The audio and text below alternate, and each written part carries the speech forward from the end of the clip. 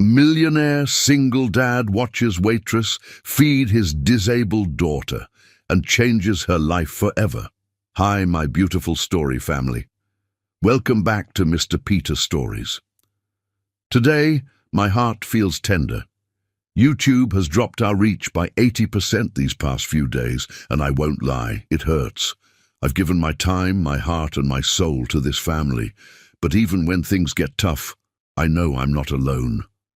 Because I have you. So please, not as a follower, but as family. Like this video, comment below and share it with 5 friends. I'm not begging, I'm leaning on the only people I trust. That's what family is for. And today, happy Father's Day to every man who stood strong, stayed silent, and carried more than we'll ever know. To those whose fathers are still here, cherish them deeply. And to those who've lost their dads, may his memory wrap around you like a warm hug. Here is my heartfelt prayer. For every father who's alive, may you be honored with peace and pride. And for those no longer with us, may their love echo forever in our lives. May strength, comfort, and healing be with every heart today. If you're still with me, if this story family still means something to you, comment with love. We are with Mr. Peter. That single line keeps me going. The storm hit Seattle like the wrath of heaven itself, turning the night into a battlefield of lightning and thunder. Rain lashed against the windows of the Bugatti Chiron as Maximilian Sterling navigated the flooded streets, his knuckles white, against the steering wheel. In the back seat, his 9-year-old daughter Alice pressed her face to the window, watching the world blur past in streaks of neon and shadow. "Daddy, I'm getting hungry," Alice said, her voice cutting through the storm's symphony. Despite everything she'd endured, the surgeries, the physical therapy, the stares from strangers who saw her leg braces before they saw her brilliant smile, Alice Sterling possessed a spirit that could light up the darkest room. Max glanced at his daughter through the rearview mirror, his heart clenching with that familiar mixture of love and protective worry that had consumed him since the day she was born. They'd been driving for over an hour, trying to get home from her physical therapy session, but every route was either flooded or blocked by fallen trees. "I know, Princess. Let me find us somewhere to stop." Normally, he would choose one of the upscale restaurants where Alice would be treated like royalty simply because of the Sterling name. But tonight, with the storm raging and his daughter's medication schedule to consider, he needed shelter fast. The Midnight Rose Diner appeared through the rain like a beacon, its vintage neon sign casting pink and blue shadows across the empty parking lot. The place looked like something from a different era, wedged between a pawn shop and a 24-hour laundromat. Max had probably driven past it 1,000 times without ever noticing its existence. He lifted Alice from her custom car seat, her small arms wrapping around his neck as he carried her across the parking lot. The rain soaked through his $1,000 suit in seconds, but he didn't care. All that mattered was getting Alice somewhere warm and dry. The diner's bell chimed as they entered, and Max was immediately struck by the warmth that seemed to emanate from more than just the heating system. The place was nearly empty, just an elderly man reading a newspaper at the counter and a woman wiping down tables with practiced efficiency. Diana Sosa looked up as the door opened, and for a moment, time seemed to freeze. She was beautiful, in a way that hit Max like a physical blow, not the artificial, surgically enhanced beauty of the women in his social circle, but something raw and genuine that took his breath away. Her dark skin seemed to glow under the diner's fluorescent lights, and when she smiled, it was like watching the sun break through storm clouds. But it wasn't her beauty that stopped Max in his tracks. It was the way her eyes immediately found Alice, the way her expression shifted from polite professionalism to genuine warmth without a trace of pity or discomfort. "Well, hello there," Diana said, her voice carrying a hint of southern honey that made Max's pulse quicken. She approached them with a confidence that seemed to fill the entire space. "Y'all picked quite a night to be out and about. How about that booth over by the window? Looks like this little angel might want to watch the lightning show." Alice giggled, and Max felt something shift in his chest. His daughter hadn't laughed like that in months. "Can we sit there, Daddy? Please?" Alice's eyes were bright with excitement, and Max found himself nodding before he'd even processed the request. Diana led them to the booth, moving with a grace that made Max wonder if she'd ever considered dancing professionally. She helped Alice settle into the seat, adjusting the cushions without making a big production of it, treating her like any other child. "Now then," Diana said, sliding a menu across the table, "what sounds good tonight? Fair warning, our cook makes the best chocolate chip pancakes this side of the Mississippi, but they're about the size of dinner plates." Chocolate chip pancakes! Alice clapped her hands together, her earlier hunger forgotten in the excitement of this unexpected adventure. Max studied the woman before him, trying to reconcile her natural elegance with the simple uniform she wore. There was something about Diana Sosa that didn't fit, intelligence that sparkled in her dark eyes, a confidence that suggested she was capable of so much more than waiting tables. "And for you?" Diana turned to Max, and he felt the full force of her attention like a spotlight. "You look like a man who takes his coffee black and his steaks rare." "Just coffee for now," Max managed, surprised by how rough his voice sounded. "Black." Diana's smile widened, and Max realized she was studying him just as intently as he was studying her. "One stack of giant chocolate chip pancakes and one black coffee coming right up." As she walked away, Max found himself watching the sway of her hips, the confident set of her shoulders. When was the last time a woman had affected him like this? When was the last time he'd felt anything beyond the mechanical motions of his carefully orchestrated life? "Daddy, she's pretty," Alice whispered, loud enough for half the diner to hear.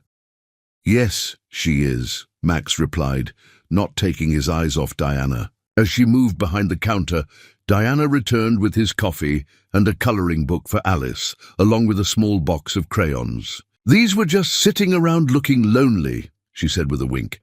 "Think you might put them to good use?" Alice beamed and immediately began coloring, her small hands working with determined precision despite the slight tremor that was part of her condition. Diana watched for a moment, then did something that made Max's heart stop.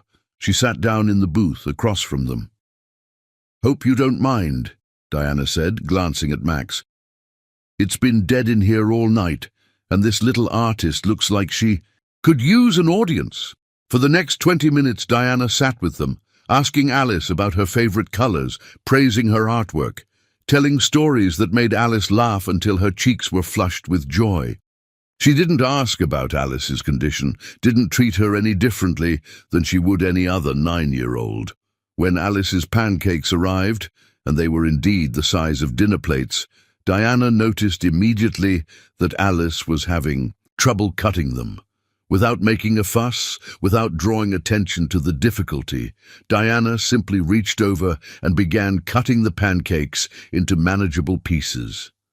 "There we go," she said casually, as if helping was the most natural thing in the world.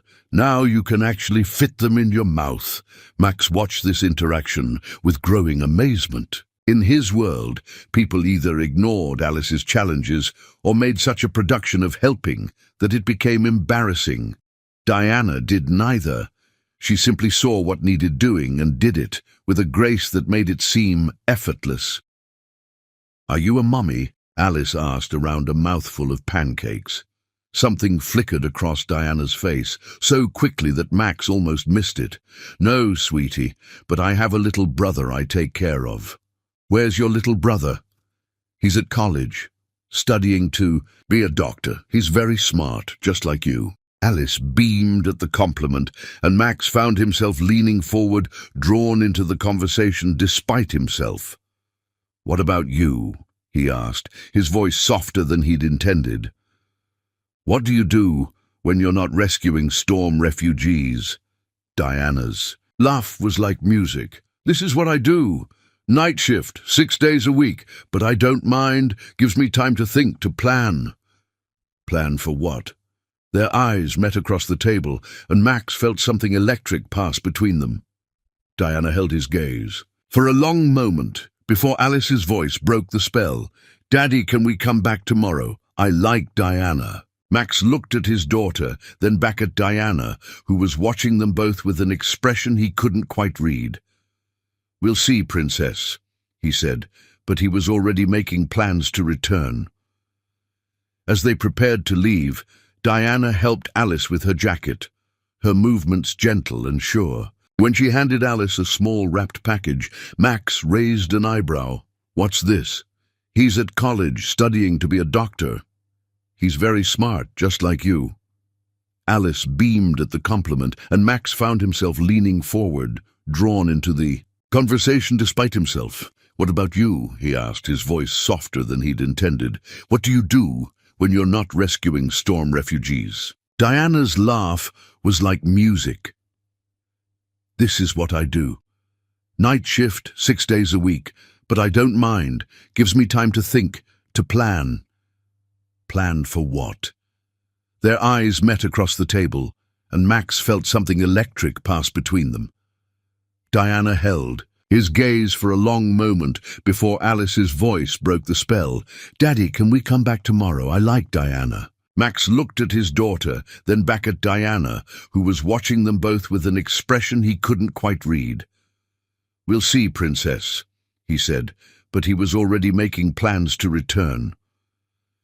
As they prepared to leave, Diana helped Alice with her jacket, her movements gentle and sure. When she handed Alice a small wrapped package, Max raised an eyebrow. "What's this?" "Just a little something for the road," Diana said with a smile. "Every artist needs her supplies." Alice unwrapped it to reveal a small sketch pad and a set of colored pencils. The gift was simple, inexpensive, but chosen with obvious thought and care. "Thank you, Diana." Alice threw her arms around the woman's neck, and Max watched Diana's face transform with genuine emotion. As they walked to the car, Alice chattering excitedly about her new sketchpad, Max turned back for one last look at the diner. Diana was standing at the window watching them go, and when their eyes met through the glass, she raised her hand in a small wave. Max Sterling had built an empire worth billions. He'd conquered markets, crushed competitors, and accumulated more wealth than most people could imagine. But standing in that parking lot, watching Diana Sosa wave goodbye to his daughter, he realized he'd never wanted anything as much as he wanted to see her again. The storm was beginning to clear, but Max knew that another kind of tempest was just beginning, one that would change everything he thought he knew about love, trust, and what it meant to truly live. Chapter 2.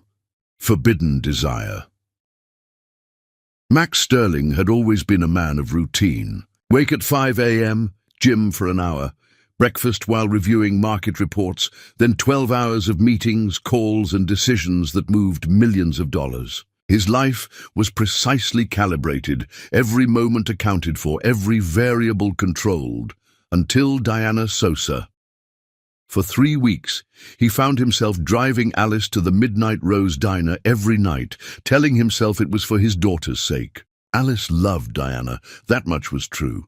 She talked about the beautiful waitress constantly, drew pictures of the three of them together, and showed more energy and joy than she'd displayed since her mother's death.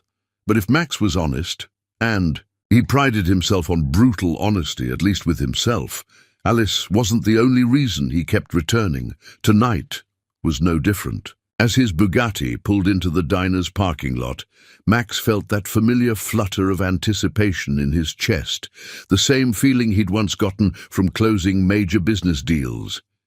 Except this was better. This was dangerous. "Is Diana working?" "Tonight, Daddy?" Alice asked from the back seat, her face pressed to the window as she scanned the diner. "We'll see, Princess." But Max already knew Diana was there. He'd learned her schedule by heart, knew she worked Tuesday through Sunday, knew she preferred the overnight hours because they paid better and allowed her to care for her brother during the day. The bell chimed as they entered, and there she was, Venus in a diner uniform, moving between tables with that hypnotic grace that made Max's mouth go dry. She looked up as they walked in, and that smile, God, that smile, lit up the entire room. "Well, if it isn't my two favorite customers," Diana said, approaching them with arms outstretched for Alice's hug. "Right on time. Your usual booth is waiting." Max watched the embrace, noting how Diana held his daughter with genuine affection, how Alice seemed to melt into her arms, like she'd found something she'd been searching for her entire life. The sight stirred something primal in him. Not just desire, though God knew that was there in spades, but something deeper, something that felt like home. "Diana, guess what?" Alice bounced with excitement as they settled into their booth. "Daddy's going to teach me to swim. He said you could come watch if you want." Max felt heat creep up his neck. He hadn't exactly said that, but Alice had a way of interpreting conversations in the most optimistic possible light. Diana's eyes met his across the table, and he saw something flicker there. Interest? Amusement? The connection between them was becoming impossible to ignore, an electric current that seemed to charge the air whenever they were in the same room. "That sounds wonderful," Diana said carefully. "Swimming is great exercise, especially before—" She paused and Max tensed, waiting for the inevitable awkward reference to Alice's condition. "Especially for mermaids in training," Diana finished with a perfectly straight face. "I can tell just by looking at you that you're going to be an excellent swimmer." Alice giggled, and Max felt that familiar tightness in his chest. How did Diana always know exactly the right thing to say? "Can I get you both started with your usual?" Diana asked, though her eyes lingered on Max's face. "Actually," Max heard himself saying, "could I get a menu? Maybe try something different tonight." Diana's eyebrows rose slightly, and Max caught the hint of a smile playing at the corners of her mouth. "Feeling adventurous, are we?" The way she said it, with just a hint of challenge in her voice, made Max's pulse quicken. Everything about this woman was a challenge. Her intelligence, her independence, the way she seemed completely unimpressed by his obvious wealth. "You could say that."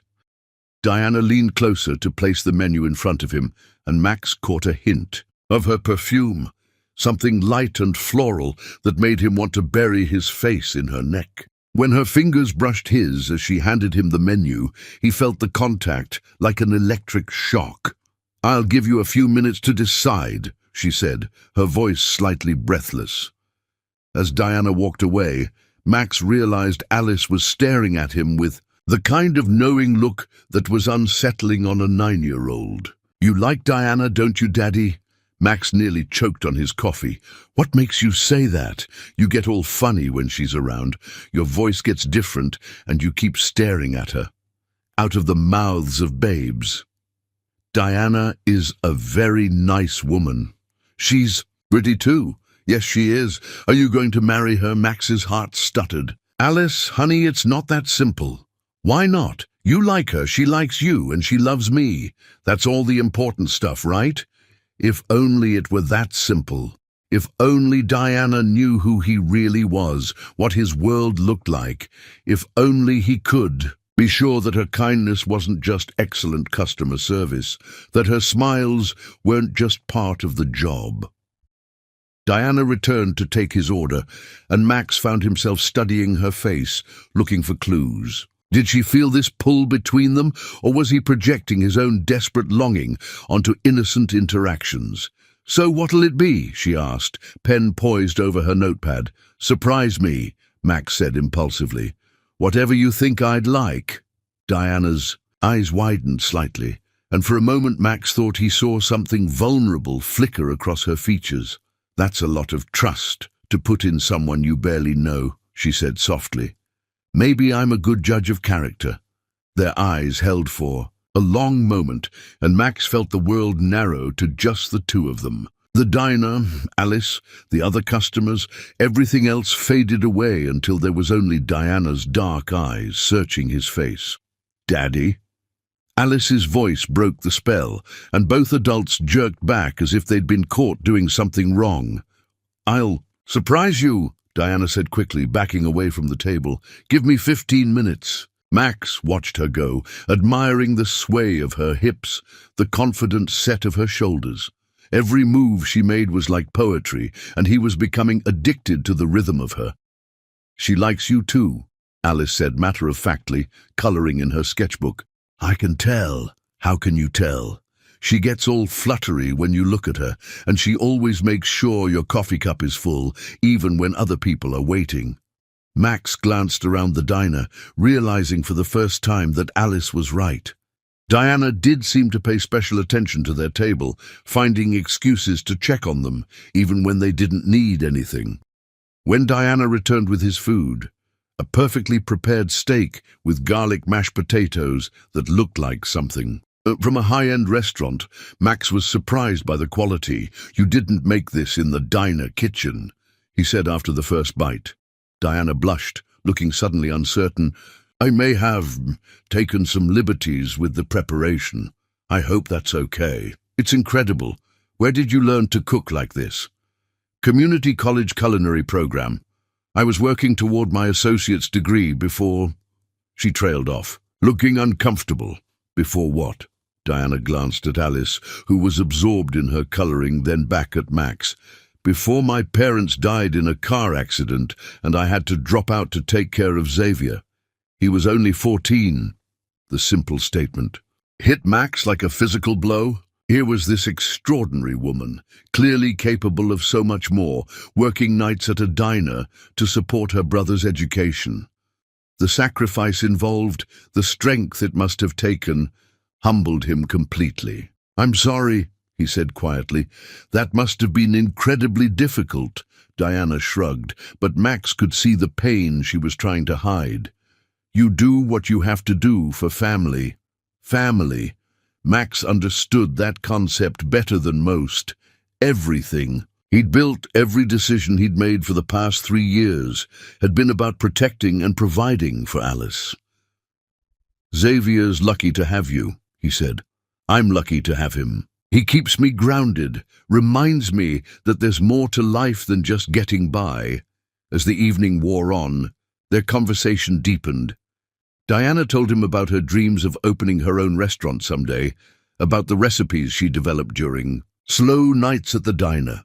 Max found himself sharing more than he'd intended, about Alice's challenges, about the loneliness of single parenthood, about the way success sometimes felt hollow when you had no one to share it with. When the diner began to empty out, Diana slid into the booth across from them, officially off duty, but reluctant to leave. Alice had fallen asleep with her head on Max's shoulder, her sketchbook still open in front of her. "She's beautiful," Diana whispered, reaching out to gently brush a strand of hair from Alice's face. "You're a good father." "I try," Max said. "Some days I feel like I'm failing her. Trust me, you're not. The way she talks about you, the way she lights up when you walk in, that little girl adores you." The softness in Diana's voice, the tenderness with which she looked at Alice, made Max's chest tight with longing. What would it be like to have someone look at him like that? To have a partner in this journey, someone who loved Alice as much as he did? "I should get her home," he said reluctantly. Diana nodded, but neither of them moved. The moment felt too precious to break, this bubble of intimacy they'd created in the empty diner. "Max?" Diana's voice was barely above a whisper. "Yeah? This thing between us? I feel it too." The admission hung in the air between them, charged with possibility and danger. Max looked into Diana's eyes and saw his own longing reflected there. the same desperate wanting that had been consuming him for weeks. "Diana, I know it's complicated. I know we're from different worlds, but I can't stop thinking about you." Max's heart hammered against his ribs. Everything in him wanted to reach across the table, to pull her into his arms and taste those lips that had been haunting his dreams. But Alice was asleep against his shoulder, and the weight of all his secrets, his wealth, his real identity, the complications that came with his world, held him back. "I think about you too," he admitted. "More than I should." Diana's smile was soft and sad. "We're playing with fire, aren't we? Probably. And we're going to get burned. Probably. But we're going to keep coming back anyway." Max looked at this incredible woman, this strong, beautiful, impossibly kind woman who had somehow slipped past all his defenses, and knew she was right. Whatever this was between them, whatever the consequences might be, he was already too far gone to turn back. "Yeah," he said softly. "We are." As he carried Alice to the car, Max turned back for one last look at Diana. She was standing at the window, watching them go, and the longing on her face matched the aching need in his own chest. Tomorrow he would come back, and the night after, and the night after that, because Diana Sosa had become his addiction, and Max Sterling had never been good at denying himself the things he wanted most. Chapter 3. Walls Crumble. Diana Sosa had always prided herself on being practical. Growing up poor, losing her parents young, raising Xavier while working multiple jobs, life had taught her to be realistic about her place in the world. Rich men didn't fall for waitresses except in fairy tales, and Diana had stopped believing. In fairy tales, the night she held her brother while he cried for parents who would never come home. But Maximilian Sterling, or Max, as he insisted she call him, was making it increasingly difficult to remember that truth. For 4 weeks now, he'd been coming to the diner every night with Alice, and Diana found herself living for those visits. She'd memorized everything about him.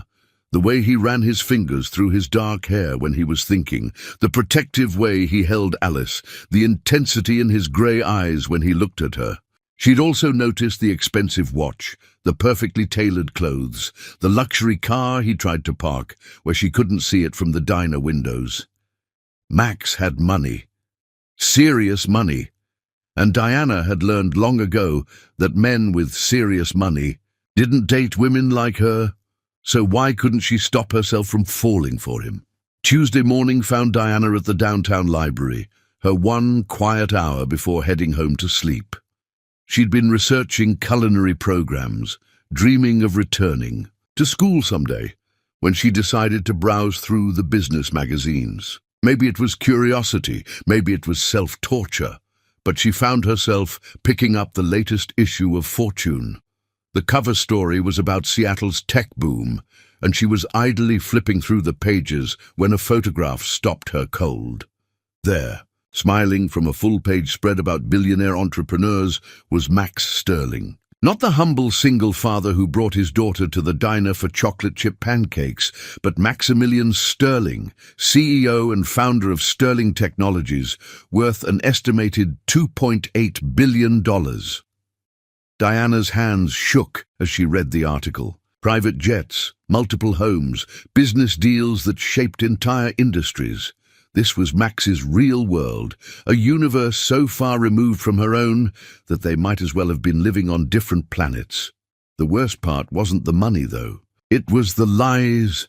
Every conversation they'd had, every moment of seeming intimacy had been built on deception. While she'd been honest about her struggles, her dreams, her fears, he'd been playing some kind of game. Diana drove home in a daze, the magazine clutched in her trembling hands. By the time she reached her small apartment, hurt had crystallized into anger. She'd been such a fool, reading meaning into his smiles, believing that a man like him could genuinely care about a woman like her. Her phone buzzed with a text message from an unknown number. "Looking forward to seeing you tonight. Bim." Diana stared at the message, fury rising in her throat like bile.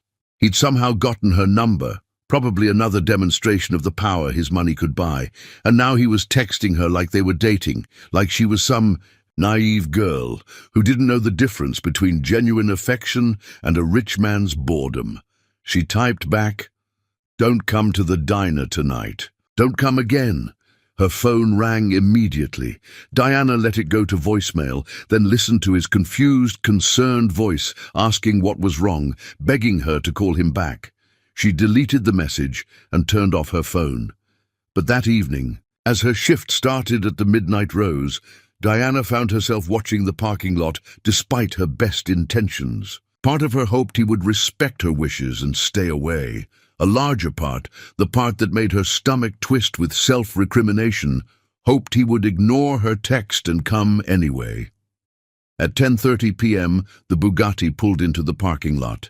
Diana's. Heart hammered as she watched Max lift Alice from the car. Even through her anger, she felt a pang at the sight of the little girl. Whatever Max's motives, Alice's affection had been real.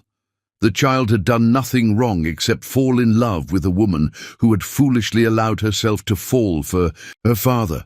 The bell chimed as they entered, and Alice's face lit up with joy. "Diana!" But Diana stepped back when Alice rushed toward her, keeping the counter between them.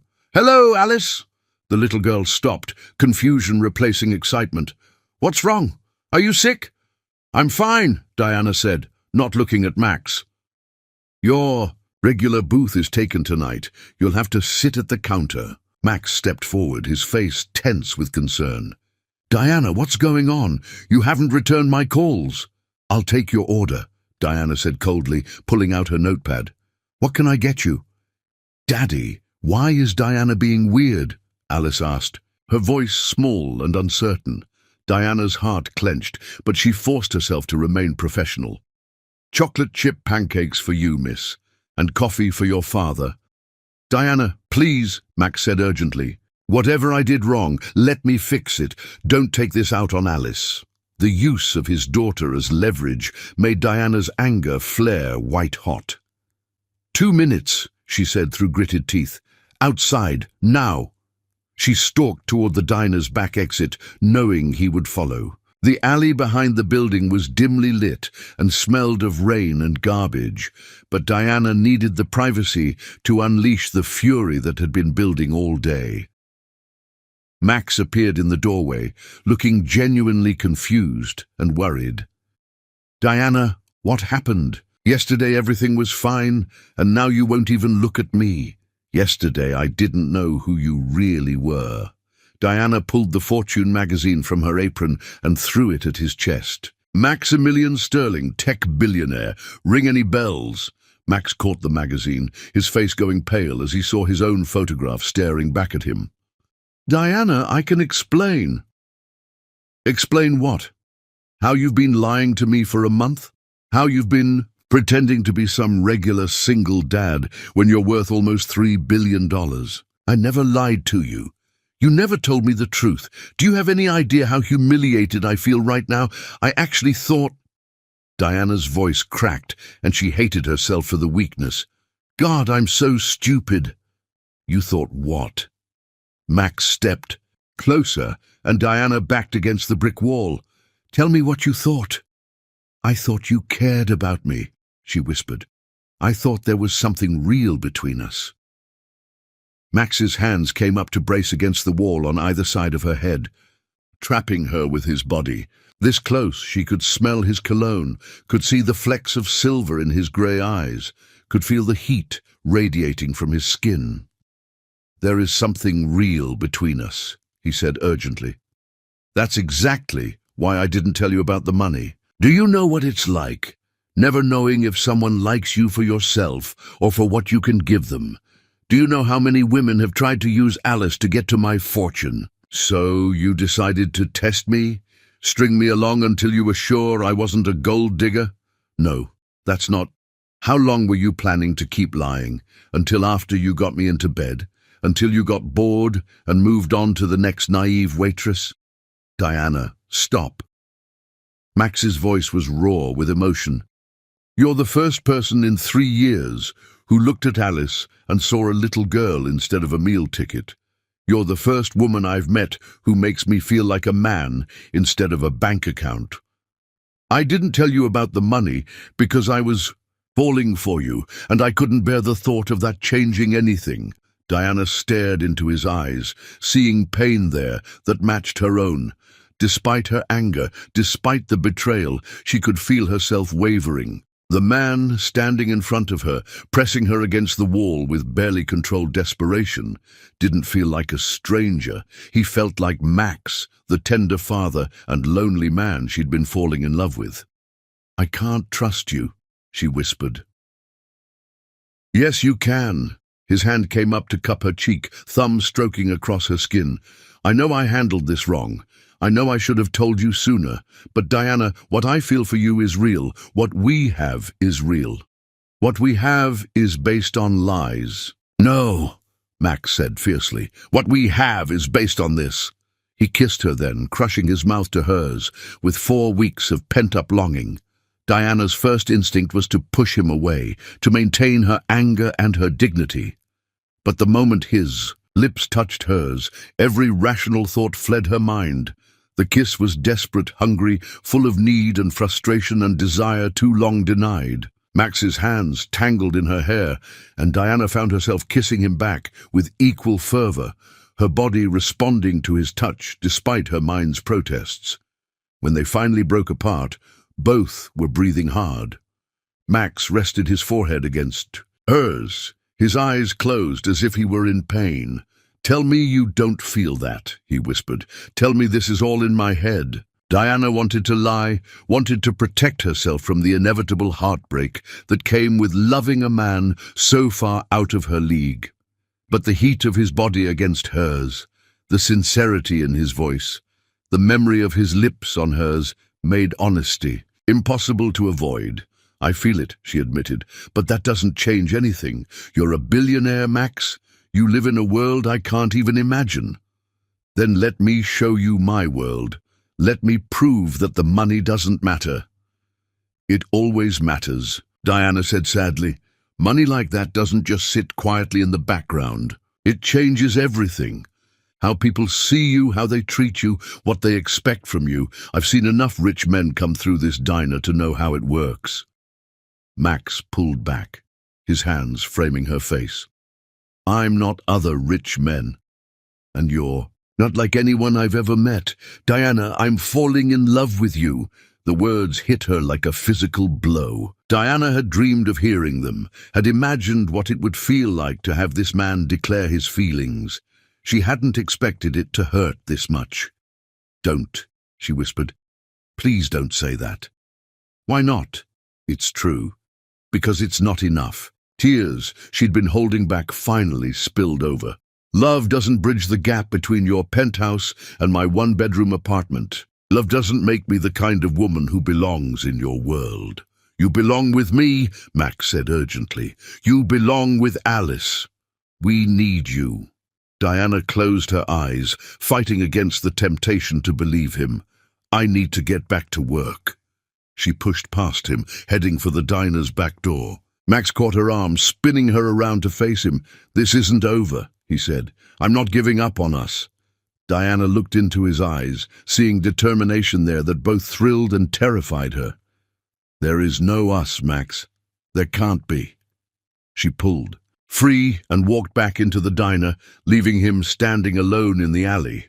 But as she returned to work, trying to pretend her lips weren't still tingling from his kiss, Diana knew she was lying to herself. There was definitely an us. The question was whether she was brave enough to fight for it, or if she would let fear and practicality destroy the best thing that had ever happened to her. Inside the diner, Alice sat at the counter, her small face etched with worry. Is Daddy in trouble?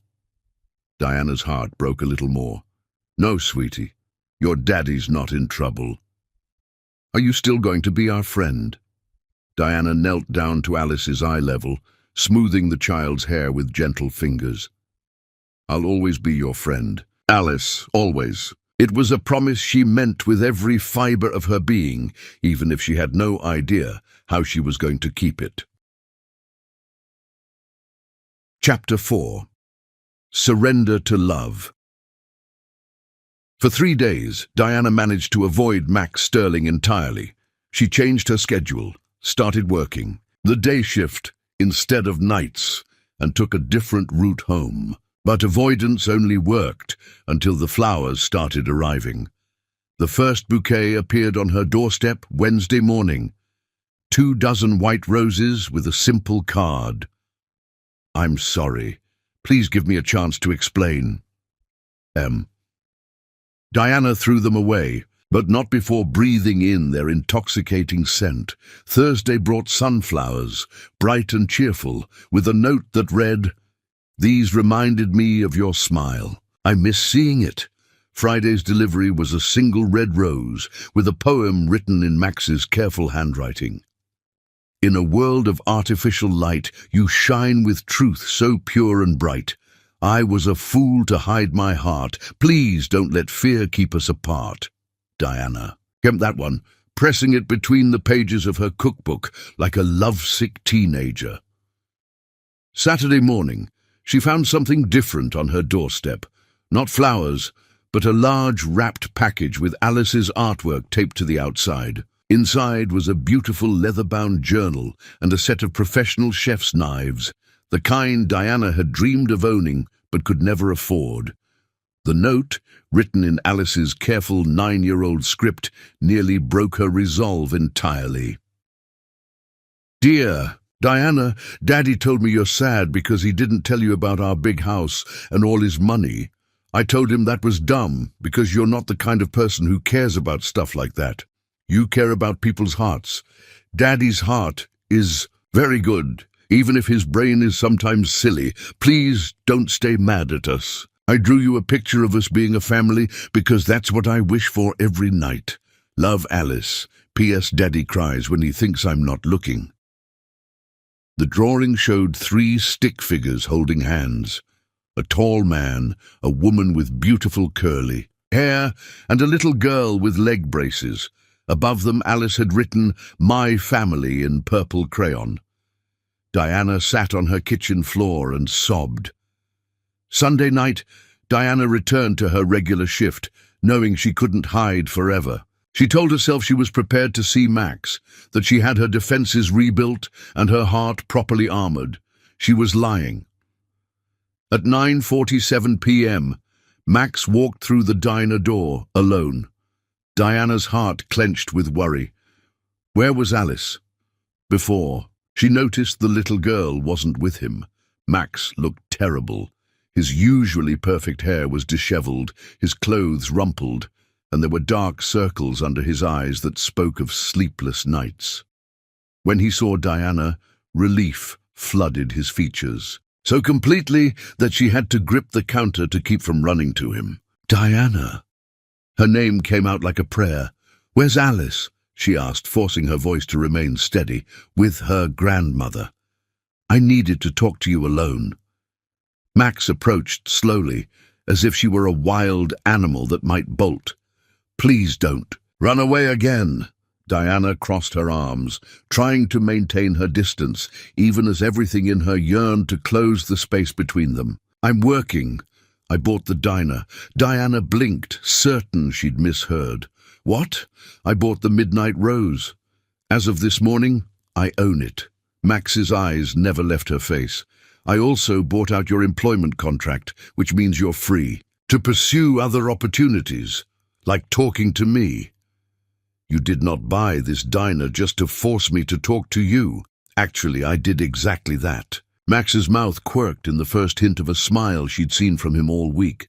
"Diana, I've been going crazy without you. Alice asks about you every day. I can't eat, can't sleep, can't focus on anything except finding a way to prove that what we have is real." Diana stared at him, torn between outrage and something that felt dangerously like affection. "You're insane, probably. but I'm also completely, desperately in love with you, so insanity seems appropriate." Max stepped closer, and Diana could smell his cologne, could see the stubble on his jaw where he'd forgotten to shave. "I know buying the diner was extreme. I know it probably seems manipulative or controlling, but Diana, I was desperate. I couldn't lose you, because I was too proud or too scared to fight for what we have." Before Diana could respond, Max took her hands in his expression growing serious. "Diana, I know this is crazy. I know we've only known each other for 5 weeks, and I know that buying the diner probably makes me seem unhinged. But I also know that I've never felt about anyone the way I feel about you. Alice has never connected with another person the way she's connected with you." He paused, taking a shaky breath. "I can't bear the thought of losing either of those things because I was too proud or too scared to fight for them. So I'm asking you, will you give us another chance? Will you let me prove that this isn't about convenience or control, but about love?" Diana looked into his eyes, seeing the vulnerability there, the genuine fear that she might say no. The gesture was extreme, yes, but it came from a place of desperation rather than manipulation. "The ring cost $2 million, Max continued softly, "but I would have proposed with a plastic ring from a cereal box if that's all I had. Because Diana Sosa, you are worth everything I have and everything I'll ever be." "Max," Diana's voice was barely a whisper. "I know we've only known each other for 5 weeks. I know this is crazy and fast and probably terrifying. But I also know that I've never felt about anyone the way I feel about you. Alice has never connected with another person the way she's connected with you. And I can't bear the thought of losing either of those things because I was too proud or too scared to fight for them." Tears spilled down Diana's cheeks as she looked at this man who had somehow managed to demolish every wall she'd built around her heart. The other customers were watching, phones out, probably recording what would either be the most romantic moment of her life or the most public humiliation. "Everyone's staring," she whispered. "Let them stare. Let them post it on social media. Let the whole world know that Maximilian Sterling is madly in love with Diana Sosa and doesn't care who knows it. Let them stare. Let them post it on social media. Let the whole world know that Maximilian Sterling is madly in love with Diana Sosa and doesn't care who knows it." Diana laughed, despite her tears. "You really bought the diner?" "I really bought the diner. I was planning to give it to you as a wedding present, but I suppose that depends on your answer to my question." Diana looked down at the ring, then back at Max's hopeful face. Every practical bone in her body screamed that this was madness, that fairy tales didn't happen to girls like her, that she was setting herself up for heartbreak. But then she thought about Alice's drawing, about the way Max looked at her like she was the most precious thing in his world, about the loneliness she'd felt these past 3 days without them in her life. "Ask me again," she said softly. Max's face lit up with hope. "Diana Sosa, will you marry me? Will you be my wife, Alice's mother, my partner in everything that matters? Will you take a chance on love even when it's complicated and scary and probably insane?"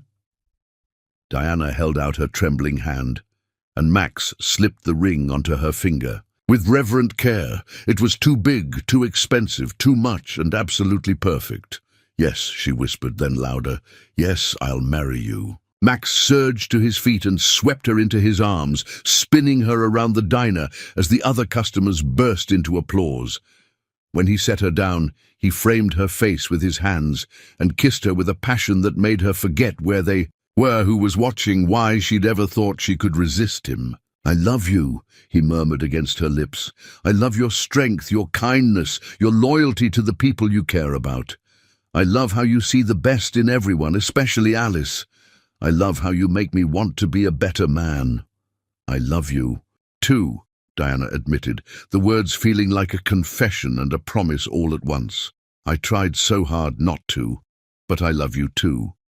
Max's smile was radiant as he kissed her again, and Diana finally understood what all the songs and poems were about. This was what it felt like to find your person, your other half, the missing piece that made you whole.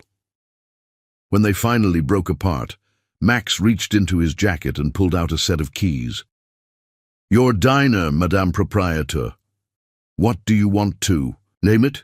Diana looked around the space that had been her workplace, her refuge, her sanctuary for 2 years. Soon it would be something entirely different, not just a place where she served coffee and listened to other people's problems, but a foundation for the future she was building with the man she loved. "Alice's place," she said without hesitation. "I want to name it Alice's place." Max's eyes filled with tears, and Diana knew she'd given him the perfect answer.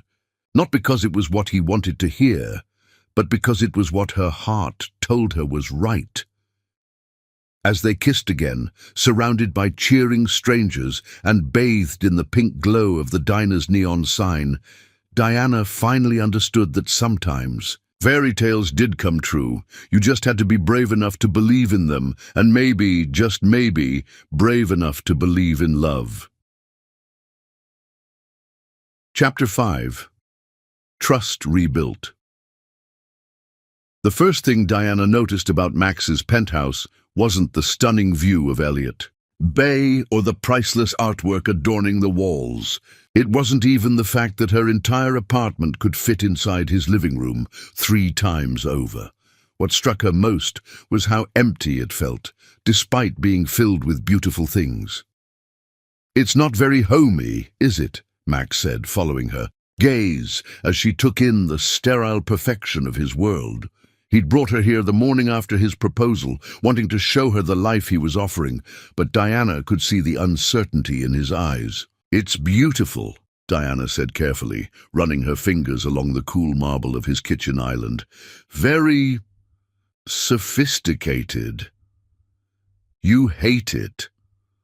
Diana turned to face him, seeing vulnerability beneath his confident exterior. 3 days engaged, and she was still learning to read the subtle ways his composure cracked when he let his guard down. "I don't hate it," she said honestly, "but it doesn't feel like you. Where are Alice's drawings? Her toys? Where do you actually live in this place?" Max's laugh was rueful. "Alice's wing is upstairs. I tried to keep the common areas presentable for business entertaining." "This is a home, not a hotel," Diana said gently. "Show me where Alice lives." Max led her up a sweeping staircase to the 2nd floor, and Diana immediately felt the difference. This part of the penthouse was alive with color and warmth. Alice's bedroom was a wonderland of purple walls, fairy lights, and artwork covering every available surface. Books overflowed from shelves, and stuffed animals claimed territory on every piece of furniture. "Now this feels like you," Diana said, picking up a framed photo of Max and Alice at the beach. Alice was buried up to her neck in sand, laughing hysterically while Max grinned at the camera. "She decorates her own space. I've never had the heart to impose any adult aesthetic choices." Diana sat on Alice's bed, surrounded by the evidence of a happy childhood, despite everything the little girl had endured. "Where does she do her physical therapy?" "There's a gym downstairs. I had it specially equipped with everything her therapists recommended." Max hesitated. "Would you like to see it?" The home gym was impressive. Professional-grade equipment. Adapted for Alice's needs, parallel bars for walking practice, a small pool for aquatic therapy, but Diana noticed something that made her heart ache. She exercises alone. Her therapists come 3 times a week. I supervise when I'm not in meetings. Diana could picture it. Alice working through her exercises in this sterile, lonely space, while Max watched from the sidelines, both of them isolated in their own ways. "When I was little," Diana said softly, "my mom used to make me practice piano every day. I hated it until she started playing duets with me. Suddenly it wasn't work anymore. It was time with Mama. Max was quiet for a long moment. I've never known how to help without getting in the way. You don't help by staying back, Max. You help by showing up. That afternoon, Diana convinced Max to skip his afternoon meetings and spend time with Alice when she got home from school. The little girl's joy at seeing Diana again was infectious, and her excitement about the engagement was adorable. "Are you going to live with us now?" Alice asked, bouncing on her bed while Diana helped her change out of her school uniform. "We're still figuring out the details," Diana said diplomatically. The truth was, she had no idea how to navigate this new reality. Her entire life was across town. Her apartment, her brother, her routine. Max's world felt like visiting another planet. "I told everyone at school that my daddy's getting married to the most beautiful woman in the world," Alice announced proudly. "Tommy Peterson said you're probably just marrying him for his money, but I told him that was stupid because you didn't even know about the money at first." Diana's heart clenched. Even at 9, Alice was already learning about the complexities of wealth and relationships. "What do you think about Daddy and me getting married?" Alice's face grew serious. "I think Daddy's been sad for a really long time, and you make him happy. And I think—" She hesitated, then rushed on. "I think maybe you could be my mom. My real mom died when I was little, and I love her, but I don't really remember her. Is it okay to want a new mom?" Diana pulled Alice into her arms, holding her tight. "It's absolutely okay, sweetheart, and I would be honored to be your mom." Later that evening, Diana convinced Max to join Alice for her physical therapy session. At first, he hung back, clearly uncomfortable with the unfamiliar role, but Diana gently guided him into participating. "Alice, show your dad how strong you've gotten," Diana encouraged, positioning herself on one side of the parallel bars while Max stood uncertainly on the other. For the next hour, they worked together, Max counting repetitions while Diana provided encouragement, both of them cheering Alice's progress. The little girl glowed under their combined attention, working harder than Diana had ever seen her work. "I think I walked farther today than I ever have," Alice announced proudly. As they finished, "You definitely did," Max said, and Diana could hear the amazement in his voice. "I had no idea you were this strong." "I get stronger every day," Alice said matter-of-factly. "Diana says strong isn't just about muscles, it's about heart." Max's eyes met Diana's over Alice's head, and she saw something shift in his expression. Understanding, perhaps. Or maybe just recognition of how much they both had to learn about being a family. That night, after Alice was in bed, Max and Diana sat on his balcony overlooking the city. The space between them on the outdoor sofa felt charged with possibility and uncertainty. "I've been thinking about our future," Max said, refilling her wine glass. "My publicist thinks we should do something formal when we're ready to get engaged. Business associates, prominent families, the society page treatment." Diana felt a familiar flutter of anxiety. "How many people are we talking about? 200? Maybe 300? The kind of event that gets photographed for magazines." "Max," Diana set down her wine glass, gathering her courage. "I need to tell you something. The idea of being paraded around like your latest acquisition terrifies me." Max's face went carefully blank. "I'm not trying to parade you around. I know you're not doing it intentionally, but that's how it will feel to me. 300 people, judging whether I'm pretty enough, sophisticated enough, worthy enough to be with you. You are worthy of me. Diana, you're the best thing that's ever happened to me.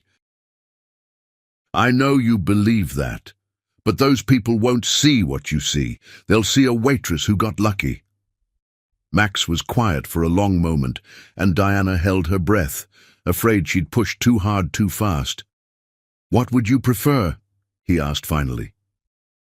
"Something small, intimate, the people who matter most to both of us. My business associates matter to our future financial security. Do they matter to Alice? Max paused, considering. No. Then they don't matter to our family. The word family hung in the air between them, weighted with promise and responsibility. Diana had never used it so casually before, but it felt right. Natural. Family, Max repeated softly. I like the sound of that. Diana moved closer on the sofa, close enough to take his hand. I want to build something real with you, Max. Not a business merger or a social alliance. I want us to be partners in everything that matters. Max brought her hand to his lips, pressing a gentle kiss to her palm. I want that too. I've never done this before. The relationship part, even with Alice's mother, it was more of an arrangement than a partnership. We'll figure it out together, Diana said. But I need you to trust me when I tell you that your world is overwhelming. I need time to adjust, and I need you to be patient while I find my place in it. What if I said we could start over, pretend the money doesn't exist, and just be Max, Diana, and Alice figuring out how to be a family? Diana smiled, recognizing the impossibility of what he was suggesting while appreciating the sentiment behind it.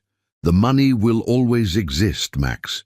But maybe we can focus on the things that matter more. Like what? Like the fact that Alice walked farther today than she ever has because both her parents were there cheering her on. Like the fact that you laugh more when you're with us than you do in board meetings. Like the fact that I've never felt as safe or as loved as I do when you look at me. Max's hand cupped her cheek, thumb stroking across her skin. I do love you, more than I thought it was possible to love another person. Then that's what we build on, Diana said simply. Love. Everything else is just details. Max kissed her, then soft and sweet and full of promise. As Diana melted into his arms, she felt the last of her doubts fade away. This was right. They were right. Whatever challenges lay ahead, they would face them together. When they broke apart, Max rested his forehead against hers. Small engagement party? Very small. Just family and the closest friends? Perfect. And maybe, Max said with a grin, that reminded her of Alice at her most mischievous, we could have it at Alice's place, officially christen the diner under its new name. Diana's laugh was pure joy. Now you're talking like a man who understands what really matters. As they sat together on the balcony, planning their future and watching the city lights twinkle below, Diana realized that home wasn't about marble countertops or priceless artwork. Home was wherever she and Max and Alice chose to build their life together. And for the first time since she'd put on his ring, that felt entirely possible. Chapter 6. Family Bonds. Diana's hands shook as she unlocked the door to her small apartment, Max and Alice following close behind.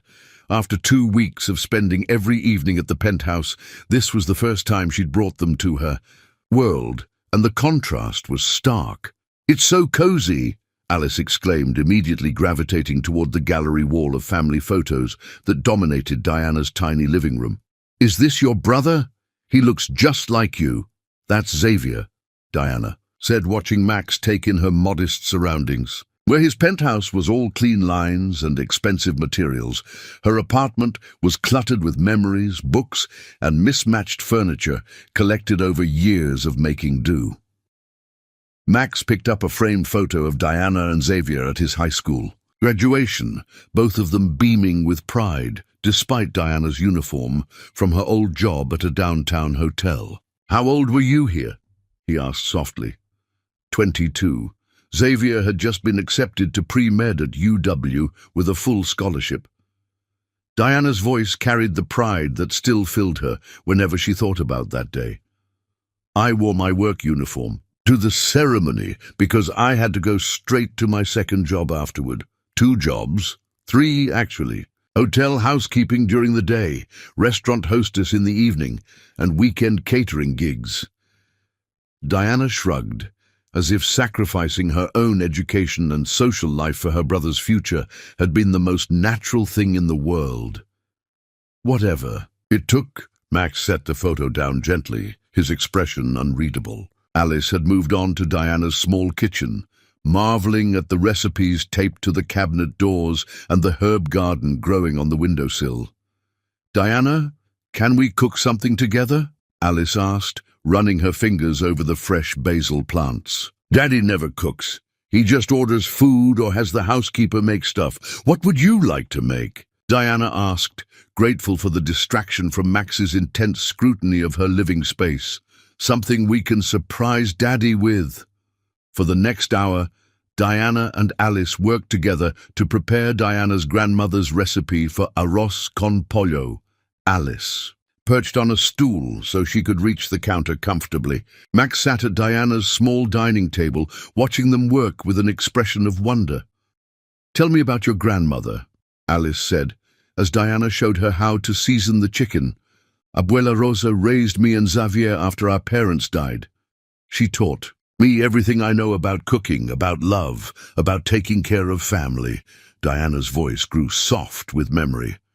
"She used to say that food made with love tastes different than food made just to fill your stomach. Is that why your food at the diner was so good?"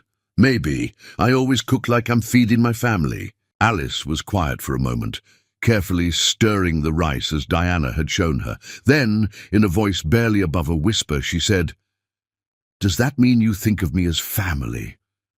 Diana's heart clenched at the hope in the little girl's voice. She knelt down to Alice's eye level, taking her small hands in her own. "Alice Sterling, you are absolutely my family. You've been my family since the first night you walked into the diner." Alice's smile was radiant. "Can I call you Mama D? I heard Xavier call you that in one of the videos on your phone."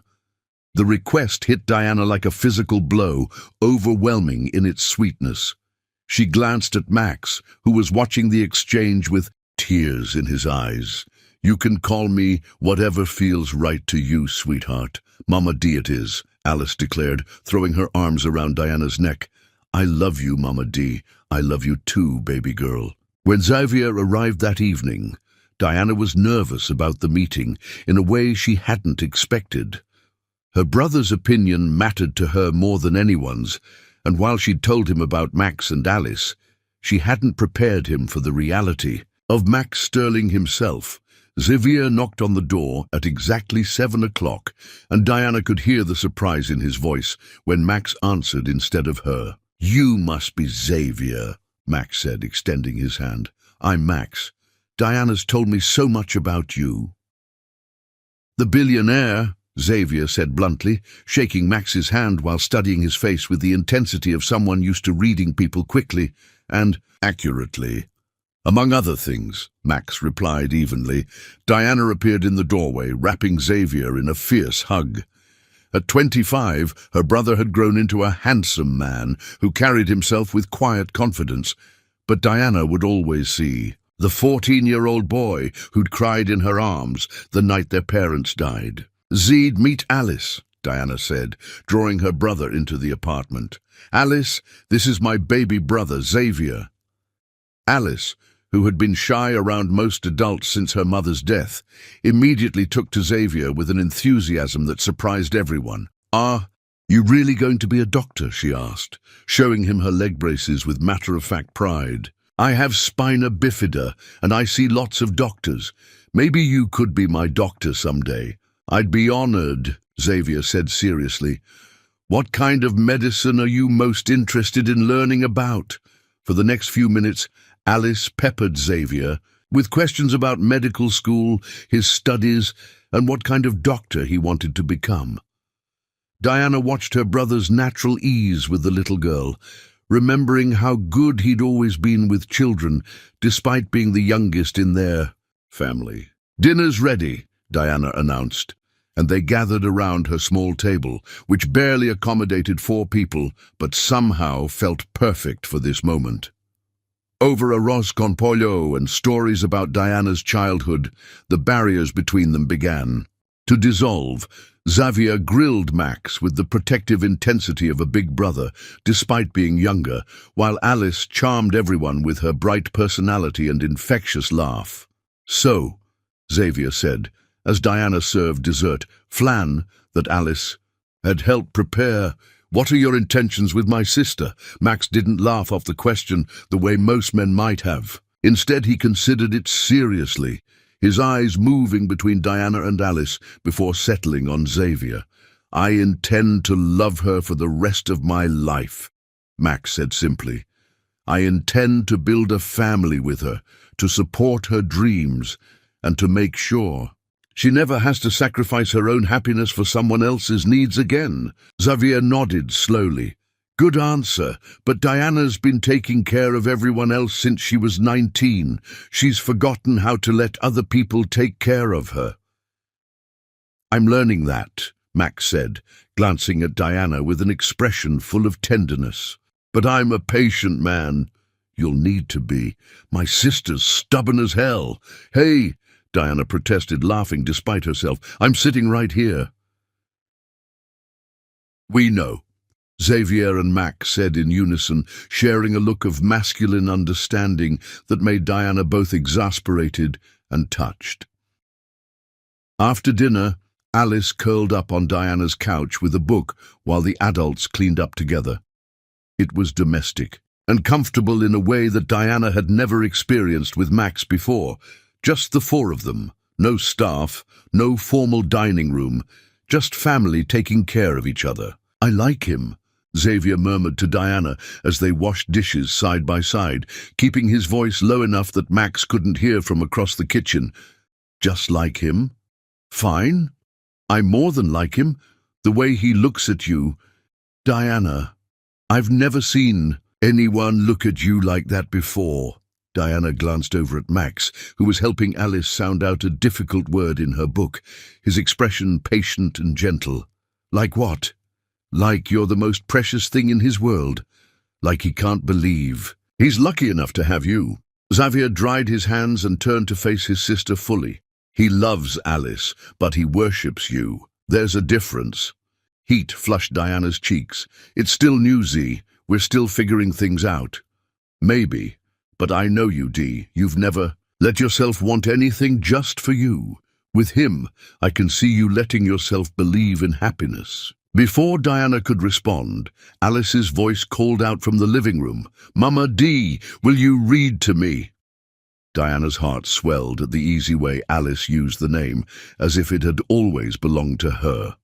"Of course, baby girl," as Diana settled on the couch with Alice curled against her side, Max and Xavier continued their conversation in the kitchen. She could hear the low murmur of their voices, occasionally catching words like medical school and family, and she realized they were bonding over their shared desire to protect and provide for the people they loved. "Mama Dee." Alice's voice was sleepy as Diana read from her favorite book. "Yes, sweetheart. When you and Daddy get married, will Xavier be my uncle?" Diana's heart melted a little more. "Would you like him to be?" "Yes. I always wanted a big family. Now I'm getting a mama and an uncle all at once. What about your daddy's family? Don't you have aunts and uncles?" Alice's expression grew complicated. "Daddy doesn't talk to his family much. They didn't like Mommy Sarah, and they think I'm difficult." Diana's protective instincts flared. "You are not difficult, Alice Sterling. You are perfect exactly as you are." "That's what Daddy says." "And now that's what you say too." Alice snuggled closer. "I like having people who think I'm perfect. You'll always have that with us," Diana promised. "Always." Later, after Xavier had gone home with promises to visit again soon, and Alice had fallen asleep during the drive back to the penthouse, Max carried his daughter upstairs while Diana followed, marveling at how natural this felt. "She's getting attached to you," Max said softly as they tucked Alice into her bed. "To the idea of you as her mother." "Is that a problem?" Max turned to face her in the hallway outside Alice's room, his expression serious. "It's the most beautiful thing I've ever seen." But Diana, if you ever change your mind about us, it will destroy her. Diana reached up to cup Max's face, feeling the slight stubble on his jaw, the warmth of his skin. I'm not changing my mind. What we have, what we're building, it's real, Max. It's forever. Max leaned down to kiss her, soft and sweet and full of promise. Forever, he agreed against her lips. As they walked to Max's bedroom hand in hand, Diana realized that somewhere between arroz con pollo and bedtime stories, they had become a family. Not because of contracts or ceremonies, but because of choice. They had chosen each other, chosen this life, chosen love, and for the first time in her adult life, Diana was exactly where she belonged. Chapter 7. The Test. The phone call came at 3:47 a.m. on a Tuesday morning, shrieking through the silence of Max's bedroom like a harbinger of doom. Diana jerked awake first, her body still attuned to years of emergency shifts and crisis calls, but Max was already reaching for the phone with the resigned efficiency of a man who knew that calls at this hour only brought bad news. "Sterling!" he answered, his voice instantly alert, despite having been in deep sleep moments before.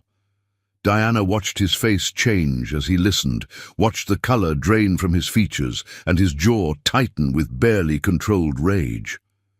When he finally spoke, his voice was deadly quiet. "How long do we have?" More silence.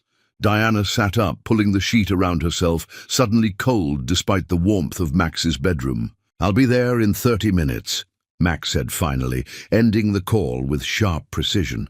"What's wrong?" Diana asked, though she already knew from his expression that whatever it was catastrophic. Max sat on the edge of the bed, running. His hands through his hair, in a gesture she'd learned, meant he was trying to process information too overwhelming to accept easily. "Corporate raiders," he said finally. "A group of investors led by Richard Blackstone.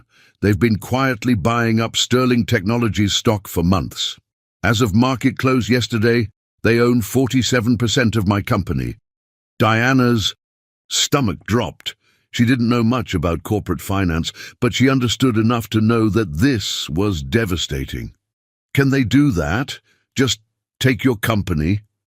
"If they reach 51%, they can call for a vote to remove me as CEO. Blackstone's been planning this for years, waiting for the right moment to strike." Max's laugh was bitter. "Apparently, my engagement to a waitress gave him the opening he needed. He's convinced the board that I'm making personal decisions that compromise the company's image." The words hit Diana like a physical blow. "This is because of me." "No."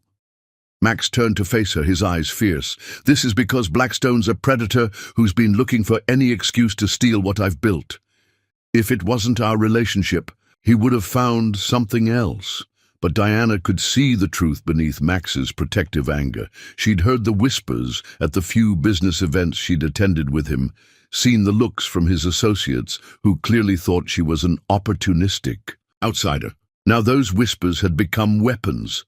"What can we do?" she asked, though part of her already knew the answer would break her heart. Max was quiet for a long moment, staring out the window at the city lights below. When he spoke, his voice was carefully controlled.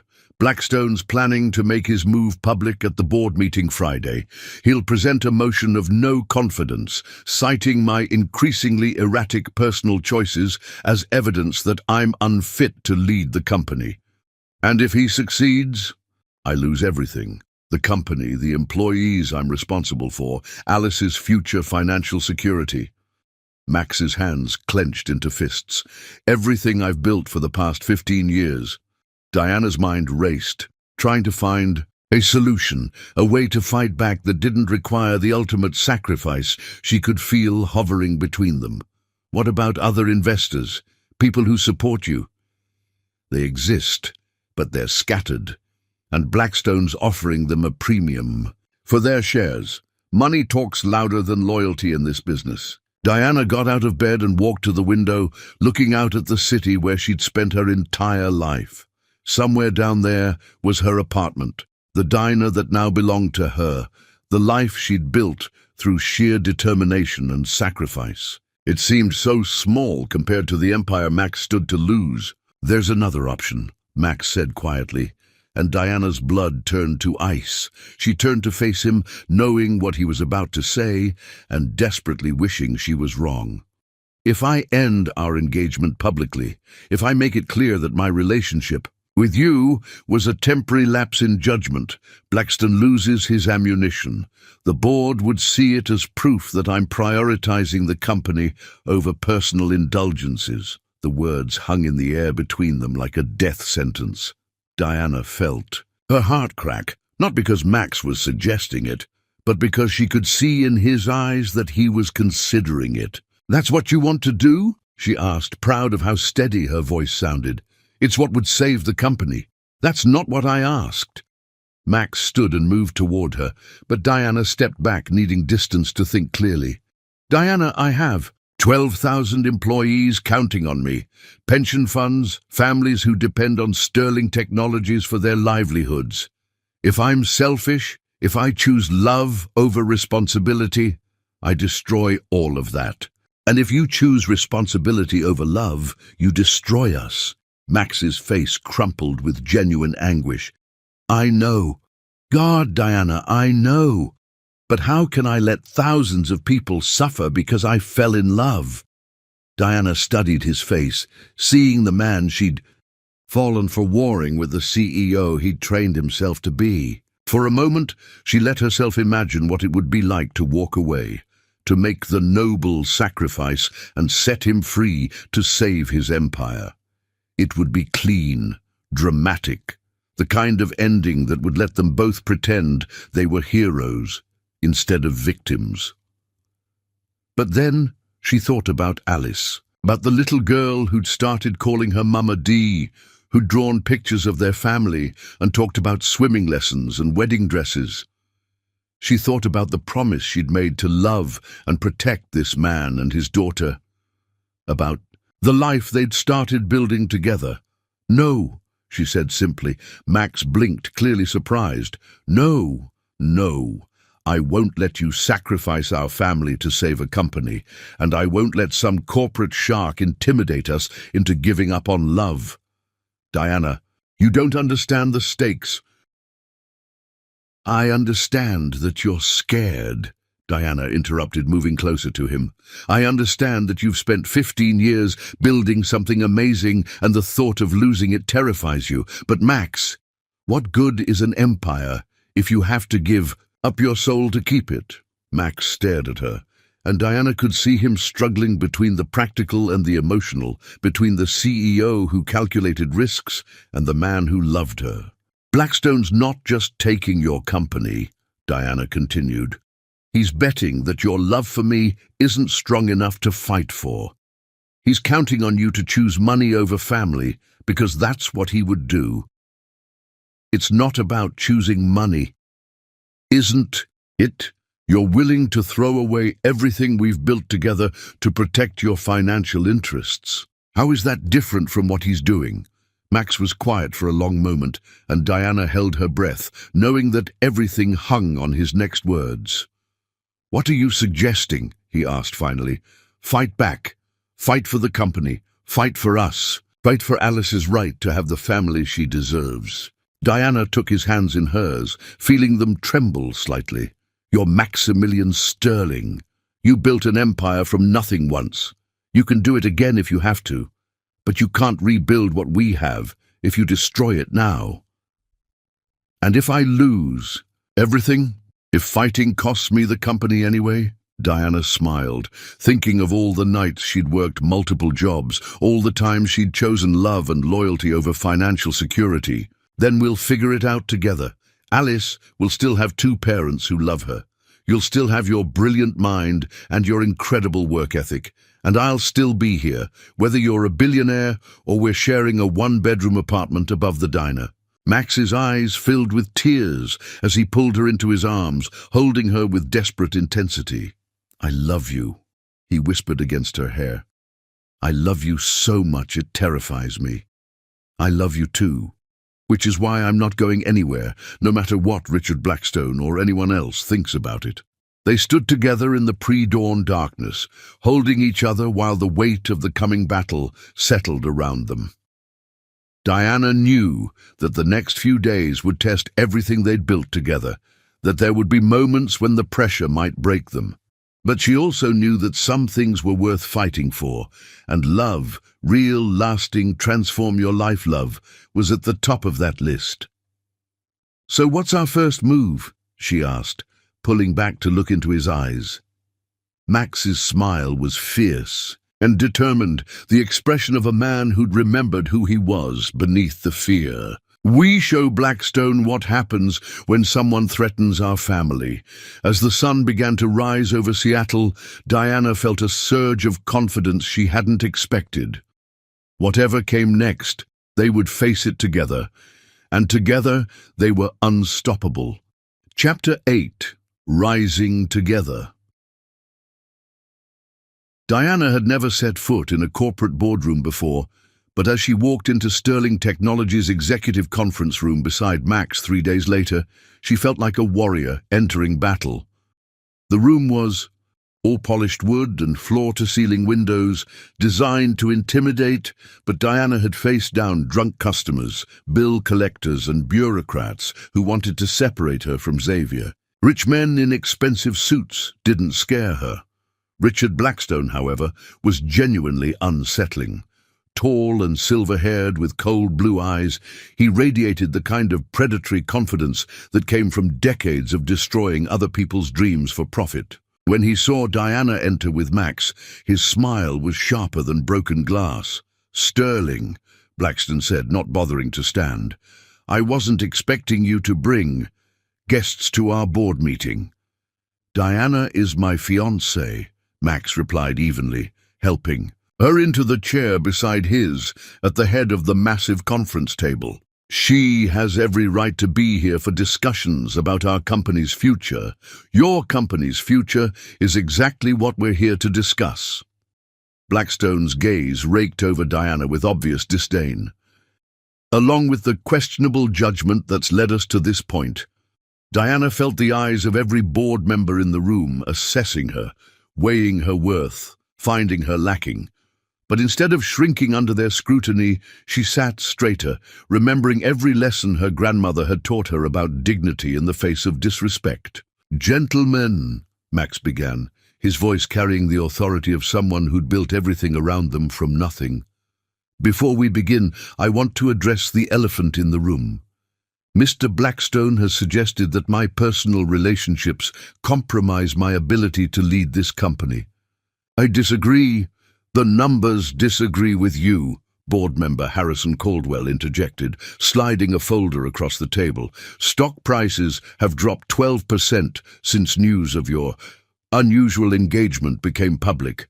Diana glanced at the financial reports, seeing red numbers that represented millions of dollars in lost value. For a moment, the magnitude of what their love was costing hit her like a physical blow, but then Max's hand found hers under the table, warm and steady, and she remembered what they were really fighting for. "Stock prices fluctuate," Max said calmly. "Market confidence can be rebuilt, but the innovations that have made Sterling Technologies the leader in our field, those come from people, not perception." "Pretty words," Blackstone sneered, "but investors care about results, not romance novels. Your little waitress may have charmed you, Sterling, but she's a liability to this company." The words hit their mark, and Diana felt heat flood her cheeks. But before she could respond, Alice's voice echoed in her memory. "You care about people's hearts." Diana stood, and the room fell silent. "Mr. Blackstone," she said, her voice carrying the quiet strength that had gotten her through every crisis in her life.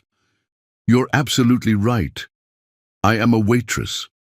I've also been a hotel housekeeper, a catering server, and a line cook. I've worked 3 jobs to put my brother through pre-med, slept 4 hours a night for years, and never missed a shift, even when I was sick." She walked around the table, feeling the power in moving while everyone else remained seated. What you see as a liability, I see as an education in the real world that most people in this room have never experienced. While you've been playing games with stock prices and market perception, I've been learning how to make impossible things work through sheer determination. And what exactly does that have to do with running a tech company? Caldwell asked condescendingly. Diana smiled, and it wasn't a pleasant expression. Everything, because while you've been plotting to steal Max's company, I've been working with our legal team to find a solution that actually serves the shareholders' interests. The room erupted in confused murmurs, and Diana saw uncertainty flicker across Blackstone's face for the first time. "What are you talking about?" he demanded. Max stood beside Diana, his expression proud and fierce. "Tell them, sweetheart." Diana had spent the last 3 days in intensive sessions with Max's lawyers and business advisors, her quick mind absorbing concepts that had once seemed impossibly complex. Her years of managing tight budgets, negotiating with suppliers for the diner, and finding creative solutions to impossible problems had given her a foundation that translated surprisingly well to corporate strategy. Sterling Technologies has been developing proprietary AI technology for the past 18 months, Diana said, her voice growing stronger with each word. Technology that's significantly undervalued in your current hostile takeover assessment. That's still experimental, board member Patricia Wells protested. It was experimental, Diana corrected. As of yesterday, we have preliminary agreements from 3 Fortune 500 companies expressing serious interest in licensing deals. While the contracts aren't finalized, the projected value would be substantial. The room fell dead silent. Diana could practically hear the mental calculators working as board members realized what those numbers meant. "Impossible," Blackstone said flatly. "Those deals have been in negotiation for months, with no progress." Diana's smile turned predatory. "That's because you've all been thinking like businessmen instead of people. I spent 2 days visiting the decision-makers at those companies, not in boardrooms, but in their actual work environments. I talked to the engineers and programmers who would be using our technology, the project managers who've been frustrated by current solutions, the CTOs who've been looking for exactly what we've developed." She moved back to her chair, feeling the momentum shifting in the room. While Mr. Blackstone was manipulating stock prices and playing boardroom politics, I was building relationships with the people who actually matter, the ones who'll determine whether our technology succeeds or fails. Max picked up the narrative seamlessly. Those 3 licensing deals, plus the pending patent applications Diana helped expedite, increased Sterling Technologies' actual value by approximately 40% overnight. Which means, Diana continued, that Mr. Blackstone's hostile takeover bid is now significantly undervaluing the company he's trying to steal. Any board that accepted his offer would be committing financial malpractice. The silence that followed was profound. Diana could see Blackstone's carefully laid plans crumbling as the board members exchanged glances that spoke of shifting allegiances. "Furthermore," Max said, his voice carrying the quiet authority of complete confidence, "I'm prepared to offer existing shareholders a special dividend from the licensing revenues, contingent on rejecting any outside takeover attempts for the next 5 years." "You can't do that!" Blackstone sputtered, his composure finally cracking. "This is outrageous manipulation." "This is business," Diana interrupted coolly. "Something you might understand if you spent less time scheming and more time actually creating value." Board member after board member began asking questions about the licensing deals, the technology applications, the long-term revenue projections. Diana answered them with the confidence of someone who'd done her homework, while Max provided the technical details that proved their partnership was more than romantic. It was revolutionary. 2 hours later, Blackstone's motion of no confidence failed by a vote of 8-2. with his own supporters abandoning him once they understood the financial implications of Diana's work. As the board members filed out, several of them stopped to shake Diana's hand and welcome her to the Sterling Technologies family. Patricia Wells, who'd been among the most skeptical, actually smiled. "That was impressive, Ms. Sosa. I hope you'll consider joining our strategic planning committee." When the room finally emptied except for Max, Diana, and a deflated-looking Blackstone, the defeated raider gathered his papers with shaking hands. "This isn't over," he said, his voice lacking its earlier conviction. "Yes, it is," Max replied simply. "And, Richard, the next time you try to destroy someone's life, make sure you understand what you're up against." Blackstone left without another word, and Diana finally allowed herself to collapse into her chair, the adrenaline that had carried her through the meeting finally fading. "Holy shit," she breathed, then immediately covered her mouth. "Sorry, I probably shouldn't swear in the boardroom." Max's laugh was pure joy as he pulled her into his arms. "Diana Sosa, you are absolutely magnificent. Do you realize what you just did? Saved your company? You didn't just save it, you transformed it. Those licensing deals will make Sterling Technologies one of the most valuable firms in the industry." Diana melted into his embrace, finally allowing herself to believe that they'd won. "We did it together." "No," Max said, pulling back to look into her eyes. "You did this. Your instincts, your ability to connect with people, your refusal to give. But that's what saved us." "I told you I wasn't going anywhere," Diana said softly. "I meant it." Max kissed her then, right there in the boardroom where powerful men had tried to tear them apart, and Diana knew that they'd proven something important. Love wasn't a weakness that could be exploited. It was a strength that could overcome any obstacle. When they broke apart, Max rested his forehead against hers, ready to go home and tell Alice that Mama D just became the most badass businesswoman in Seattle. Diana's laugh was pure happiness. "Let's go home." As they walked out of Sterling Technologies together, hand in hand, Diana realized that they weren't the same people who'd fallen in love in a diner during a thunderstorm. They'd been tested by forces that could have destroyed them, and they'd emerged stronger, more united, absolutely unbreakable. Whatever came next, they would face it as partners in every sense of the word, and that was worth more than all the money in the world. Chapter 9. Victory and Purpose. 6 months after the boardroom battle that nearly destroyed them, Diana stood in the middle of what had once been an abandoned warehouse in South Seattle, watching contractors put the finishing touches on her dream made manifest. The Alice Sterling Community Center was everything she'd imagined and more. Bright, welcoming spaces designed specifically for children with special needs, a commercial kitchen where she could teach cooking classes, therapy rooms equipped with the latest technology, and a childcare facility that would allow parents to work without worrying about their children's care.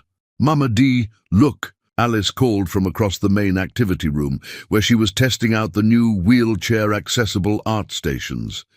"I can reach everything perfectly." Diana's heart swelled with pride as she watched Alice navigate the space with confidence. The little girl had been intimately involved in the design process, her insights proving invaluable in creating an environment that was truly inclusive rather than just accessible. "It's perfect, baby girl," Diana called back, then turned to Max, who was standing beside her with an expression of wonder on his face. "What do you think?" "I think," Max said softly, "that you've created something miraculous here." The past 6 months had been a whirlwind of construction, planning, fundraising, and unexpected media attention. After Diana's role in the boardroom became public knowledge, she'd been approached for interview requests, speaking opportunities, and business propositions. Several publications had featured their story, focusing on Diana's transition from waitress to community advocate. But Diana had used the attention strategically, leveraging her newfound platform to raise awareness and funding for the community center. The licensing deals she'd negotiated had made Max's company even more profitable than projected, and he'd insisted on making the center's funding their first major philanthropic initiative. "Diana?" Xavier's voice carried across the space as he entered with Dr. Sarah Chen, the pediatric specialist they'd recruited to run the center's medical programs. "The NBC News crew is here for the interview." Diana took a deep breath, still not entirely comfortable with the media attention that had become part of her life. The story of the waitress who'd saved $1 billion company had captured the public imagination, but Diana tried to stay focused on what really mattered, the families they were helping. "Ready?" Max asked, squeezing her hand. "As I'll ever." The interview went well, Diana thought, as she and Max answered questions about the center's mission, their relationship, and the challenges of building something meaningful in the public eye. The reporter, Sandra Martinez, had done her homework and asked thoughtful questions about sustainability, accessibility, and their long-term vision. "Ms. Sosa," Sandra said as they wrapped up, "your story has inspired a lot of people. What would you say to other women who feel like they're stuck in circumstances beyond their control?" Diana considered the question carefully. 6 months ago, she would never have imagined sitting in a community center that bore Alice's name, engaged to a man who'd shown her that love could overcome any obstacle, with her brother finishing his final year of medical school debt-free, thanks to a scholarship fund Max had quietly established. "I'd say that circumstances don't define you. Your response to them does," Diana said finally. "I was a waitress working 3 jobs, and I'm still proud of that. Those jobs taught me everything I needed to know about resilience, about treating people with dignity, about finding solutions when there don't seem to be any. Don't let anyone tell you that where you come from determines where you can go." After the news crew left, Diana found herself alone with Max and Alice in the center's main kitchen, the 3 of them sharing pizza, while Alice regaled them with her plans for the cooking classes she wanted to help teach. "Mrs. Patterson at school says I'm too young to be a teacher," Alice said through a mouthful of cheese. "But I told her that age is just a number when you have important things to share." "That's very wise," Diana laughed. "And technically you're not too young to be a teaching assistant." "Really? I could be your official assistant. If your father agrees, I think that's a wonderful idea." Max smiled, watching his daughter's excitement with the same expression of amazement he'd worn when Diana first walked into their lives. "I think Mama D could use all the help she can get." The casual use of Diana's new title still sent warmth through her chest. Over the past months, Alice had transitioned completely to calling her Mama D, and Diana had legally begun the process of adopting her after their wedding. The little girl would keep her sterling name, but she would officially be Diana's daughter, in every way that mattered. "Speaking of which," Max said, pulling an envelope from his jacket pocket, "this came today." Diana recognized the return address immediately, the Seattle Community Foundation, where they'd applied for additional funding to expand their programs. She opened it with hands that only trembled slightly. "We got it," she whispered, reading the award letter twice to make sure she wasn't imagining things. "Max, we got the full amount." "How much?" Alice asked, bouncing in her seat. "Enough to build the 2nd building," Diana said, tears of joy streaming down her face. "The one with the swimming therapy pool and the sensory garden." Max pulled her into his arms, spinning her around the kitchen while Alice cheered. When he set her down, his eyes were bright with unshed tears. "You know what this means?" he asked. "That we're going to help even more families?" "That too. But it also means that what we've built here is sustainable, self-sufficient. The Alice Sterling Community Center is going to outlive all of us." The magnitude of that hit Diana like a wave. They weren't just creating a program, they were establishing a legacy, something that would continue helping children and families long after they were gone. "I never imagined," Diana said softly, When I was working at the diner, that I could be part of something this big. You were always part of something this big, Max said, cupping her face in his hands. You just needed the right opportunity to show the world what you were capable of. Alice tugged on Diana's hand, drawing her attention back down. Mama D, are you crying because you're happy or sad? Happy, baby girl. So incredibly happy that we're going to help even more families? That too, but it also means that what we've built here is sustainable, self-sufficient. The Alice Sterling Community Center is going to outlive all of us. The magnitude of that hit Diana like a wave. They weren't just creating a program, they were establishing a legacy, something that would continue helping children and families long after they were gone. I never imagined, Diana said softly, when I was working at the diner, that I could be part of something this big. You were always part of something this big, Max said, cupping her face in his hands. You just needed the right opportunity to show the world what you were capable of. Alice tugged on Diana's hand, drawing her attention back down. Mama D, are you crying because you're happy or sad? Happy, baby girl. So incredibly happy. Good, because I have something to show you. Alice led them to the center's main bulletin, a board where she'd posted a new drawing alongside the dozens of others, created by the children who'd been attending their pre-opening programs. This one showed the three of them standing in front of a building labeled Alice's Place, but instead of stick figures, Alice had drawn them with careful detail.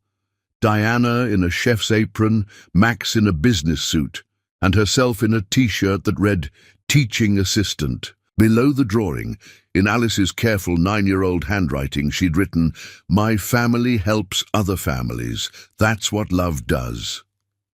Diana knelt down to Alice's level, pulling the little girl into a fierce hug. That's exactly what love does, sweetheart. As they stood together in the kitchen of the community center they'd built from nothing but dreams and determination, Diana realized that this was what happily ever after actually looked like. Not a perfect ending where all problems disappeared, but a beautiful beginning where love created purpose, where individual strengths combined to build something greater than the sum of its parts. Tomorrow would bring new challenges, more families to serve, more programs to develop, the wedding they were planning for next month. But tonight, surrounded by evidence of what they'd accomplished together, Diana felt nothing but gratitude for the storm that had blown Max and Alice into her life. Come on, Max said, switching off the kitchen lights. Let's go home. Home, Diana. Loved the sound of that word, loved the way it encompassed not just a place, but a feeling, a sense of belonging that she'd spent most of her life searching for. As they walked to the car together, Alice between them chattering about tomorrow's plans, Diana caught Max watching her with that expression of wonder he still got sometimes, as if he couldn't quite believe she was real. What? She asked, bumping his shoulder with hers. Just thinking about how different our lives would be if you hadn't been working that night, if we'd gone to a different diner, or if the storm had hit at a different time. Diana considered that, remembering the woman she'd been before Max and Alice transformed her world. I don't think the timing mattered, she said finally. I think we were always meant to find each other. Maybe not that exact night, maybe not in that exact way, but somehow, somewhere, we would have found our way to each other. You really believe that? Diana looked at Alice, skipping ahead to the car despite her leg braces, already making plans for tomorrow's adventures. She thought about Xavier, thriving in medical school and genuinely excited about his future role as Uncle Z. She thought about the community center that would soon be filled with children and families finding hope and support. I believe in us, she said simply, and that's enough. Max stopped walking and turned to face her fully, his hands framing her face in the gesture that had become their signature of intimacy. Diana Sosa, he said softly, you saved my life. No, Diana replied, standing on her toes to kiss him softly. "You saved mine. We saved each other." As they drove home through the Seattle streets where Diana had spent her entire life, she realized that salvation didn't always look like rescue. Sometimes it looked like partnership, like choosing to build something beautiful together, despite all the forces trying to tear you apart. And sometimes, if you were very lucky, it looked like love. Chapter 10. Forever Promise. Diana stood before the full-length mirror in the bridal suite at the Alice Sterling Community Center, hardly recognizing the woman staring back at her. The wedding dress was perfect, not the elaborate princess gown that society magazines might have expected, but an elegant silk sheath that moved like water and made her feel like herself, only more beautiful than she'd ever imagined possible. "You look like a queen," Xavier said from behind her, his voice thick with emotion. At 25, her baby brother had grown into a handsome, confident man, but Diana could still see the 14-year-old boy who'd cried in her arms the night their parents died. "I feel like I'm dreaming," Diana admitted, smoothing the simple veil that had belonged to Max's grandmother, the one family heirloom he'd insisted on sharing with her, despite his strained relationship with his parents. "If you are, don't wake up," Alice said, appearing in the doorway in her flower girl dress. The lavender silk perfectly complemented her dark hair, which Diana had braided with tiny white flowers.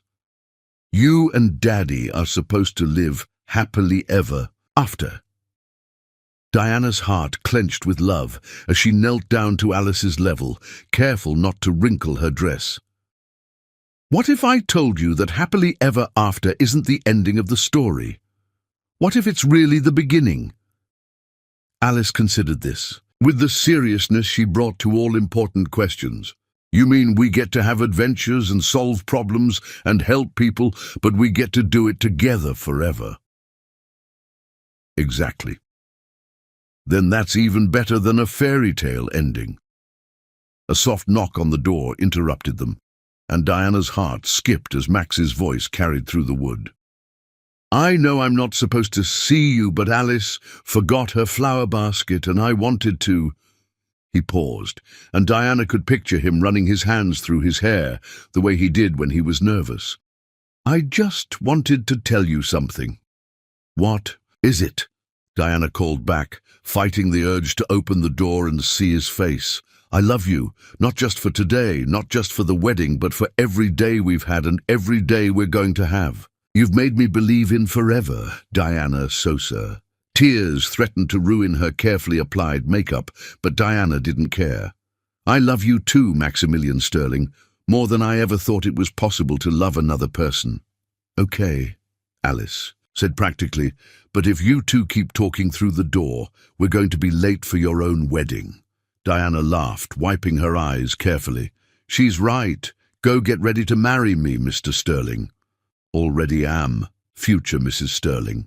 20 minutes later, Diana stood at the back of the community center's main hall, her arm linked through Xavier's as they prepared to walk down the aisle. The space had been transformed with thousands of white flowers and soft lighting, but what took her breath away wasn't the decor, it was the people. Every seat was filled with faces that mattered. The families they'd helped through the community center, Max's employees who'd become genuine friends, Diana's co-workers from the diner days, and even some of the customers who'd become part of her extended family over the years. This wasn't the society wedding that Max's wealth could have bought. It was a celebration of love, surrounded by a community they'd built together. "Ready?" Xavier asked softly. Diana looked down the aisle to where Max stood waiting for her, and her breath caught in her throat. He was devastating in his black tuxedo, but it was the expression on his face that made her knees weak. Pure love, absolute certainty, and something that looked like reverence as he watched her approach. Alice had started down the aisle before them, scattering rose petals with scientific precision while beaming at the assembled guests. Every few steps, she would pause to wave at someone she recognized, treating the formal processional like the joyful celebration it was meant to be. The music shifted to the wedding march, and Diana began her walk toward the man who had changed everything about her life. With each step, she felt the weight of the past lifting away, the years of struggle, the loneliness, the doubt that she deserved something this beautiful. Halfway down the aisle, she caught Max's eye, and he smiled, with such pure happiness that she felt her own face light up in response. This was right, this was meant to be. Whatever challenges lay ahead, they would face them together. When Xavier placed her hand in Max's at the altar, Diana felt the rightness of it settle into her bones. They'd been through the fire together and emerged stronger. They'd proven that love could overcome any obstacle, that partnership could accomplish the impossible. "Dearly beloved," the minister began, but Diana barely heard the words. She was lost in Max's eyes, in the promise she saw there, in the absolute certainty that this moment was the beginning of their greatest adventure. When it came time for vows, Max went first, his voice strong and clear, despite the emotion. Diana could see him fighting to control. "Diana, 8 months ago, you were a stranger who showed kindness to my daughter during a storm. Today, you're the woman who taught me what it means to have a partner, what it means to build something meaningful, what it means to love without reservation." He paused, swallowing hard. "You saved my company, but more importantly, you saved my heart. You showed me that strength isn't about protecting yourself from love, it's about being brave enough to fight for it." Diana's vows came from a place so deep in her heart that she hadn't known it existed. "Max, you've given me a family, a purpose, and a love I never dared to dream was possible. But more than that, you've shown me who I can be when someone believes in me completely. You've never asked me to be anyone other than exactly who I am, and you've loved me not despite my background, but because of the strength it gave me." She looked at Alice, who was watching with rapt attention. "You've both taught me that family isn't just about blood. It's about choice, about commitment, about showing up for each other no matter what." When the minister pronounced them husband and wife, Max's kiss was gentle at first, then deeper as the crowd erupted in cheers around them. Diana lost herself in the moment, in the taste of him, in the promise of all the tomorrows they would share. "I present to you," the minister announced with a broad smile, "Mr. and Mrs. Sterling and their daughter Alice." The reception was everything Diana had wanted: intimate, joyful, filled with laughter and dancing and the kind of celebration that made everyone feel welcome. Alice held court at her own special table, telling anyone who would listen about how she'd known from the very beginning that Diana and her daddy were meant to be together. During their first dance, Max pulled Diana close and whispered in her ear, "Any regrets, Mrs. Sterling?" Diana looked around at their guests: Xavier dancing with one of the community center's board members, Alice teaching some of her new school friends how to do the electric slide, Max's employees mingling seamlessly with her old diner family. "Just one," she said, and felt Max tense slightly. "What's that?" "I regret that it took a thunderstorm to bring us together. I wish I'd found you sooner." Max's smile was radiant as he spun her around the dance floor. "Perfect timing, remember? We found each other exactly when we were ready to appreciate what we had." As the evening wound down and guests began to say their goodbyes, Diana found herself standing with Max and Alice on the community center's front steps, still in their wedding clothes, watching their friends and family head home. "So, what happens now?" Alice asked, taking both their hands. "Are we going to live happily ever after?" Diana exchanged a look with Max, thinking about all the plans they'd made, all the dreams they still wanted to pursue. The community center was thriving. Max's company was stronger than ever, and they were talking about expanding their programs to other cities. There would be challenges, obstacles, moments when they'd have to fight for what they'd built. But there, Would also be quiet Sunday mornings and family dinners and bedtime stories. There would be watching Alice grow up and helping her navigate her own dreams. There would be growing old together and building a legacy that went far beyond money or success. Alice, Diana said, squeezing the little girl's hand, I think we're going to live something even better than happily ever after. What's better than happily ever after? Max answered for both of them, his voice warm with certainty. Happily ever together.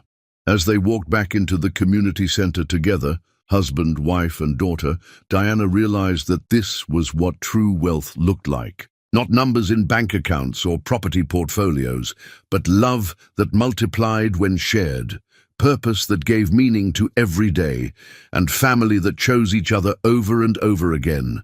The storm that had brought them together had passed, but the love they'd built in its wake would weather any tempest. They were home, they were together, and they were exactly where they belonged. Forever was just beginning.